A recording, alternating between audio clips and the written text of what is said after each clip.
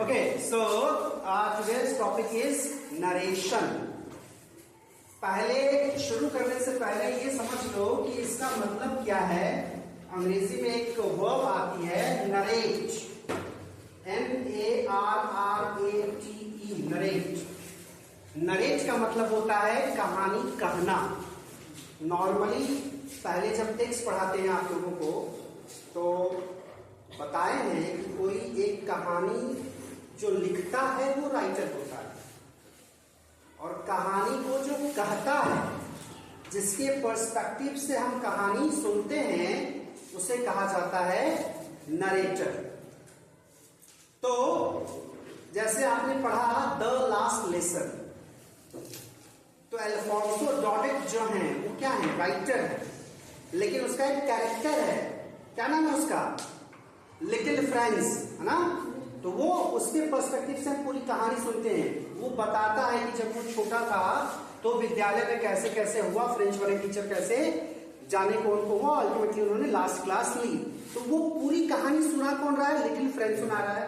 तो वो हो गया उस कहानी का नरेटर, कहानी सुनाने वाला। तो नरेट करना यानी कहानी कहना। जैसे पुराने दिनों की बात है, अब तो खैर रील्स का जमाना है। पुराने दिनों में बच्चे बूढ़ों के पास रात को सोते थे केवल इसलिए कि कहानियां सुनने को मिलेगी।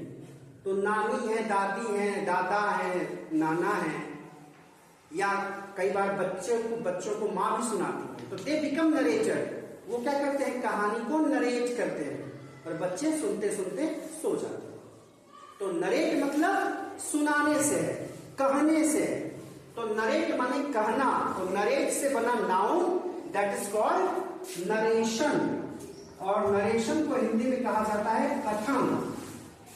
क्योंकि यूपी बोर्ड वालों को जब भी ग्रामर भी पढ़ाया जाता है तो अंग्रेजी टर्म से काम नहीं चलता। अंग्रेजी वाली क्लास में हिंदी भी बतानी पड़ती है। हालांकि ये कहीं पूछेगा नहीं,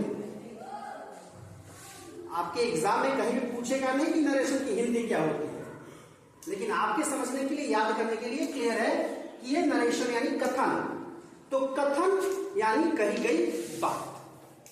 तो हमारा टॉपिक अगर कही गई बात है तो बात कैसे कही जाती है। बात करने के दो तरीके हो सकते हैं। एक तरीका, जब किसी ने कोई बात कही, उसकी बात को हमने सीधे सीधे बता दिया। एक तरीका यह है, that is called direct narration. दूसरा तरीका, उसकी बात को थोड़ा सा घुमा के बताएंगे। बात वही बताएंगे लेकिन उसको कोट नहीं करेंगे, थोड़ा सा घुमा देंगे, तो वो हो जाएगा इनडायरेक्ट नरेशन। यानी पकड़नी है ना तो सीधे ऐसे पकड़ लो तो डायरेक्ट हो गई, और ऐसे घुमा के पकड़ लो तो इनडायरेक्ट हो गई। तो नरेशन में दो चीजें पढ़नी है हमको, एक डायरेक्ट नरेशन और दूसरा इनडायरेक्ट नरेशन। इसको स्पीच भी कहते हैं, डायरेक्ट स्पीच और इनडायरेक्ट स्पीच। सीधे सीधे कोई बात कहेंगे तो डायरेक्ट, घुमा के कहेंगे तो इनडायरेक्ट। जैसे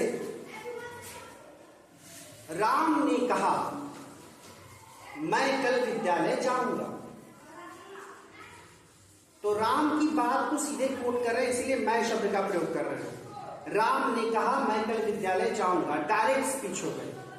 अब उसकी बात को घुमाएंगे तो क्या कहेंगे, राम ने कहा था कि वो कल विद्यालय जाएगा। ठीक है, राम ने कहा था कि वो कल विद्यालय जाएगा।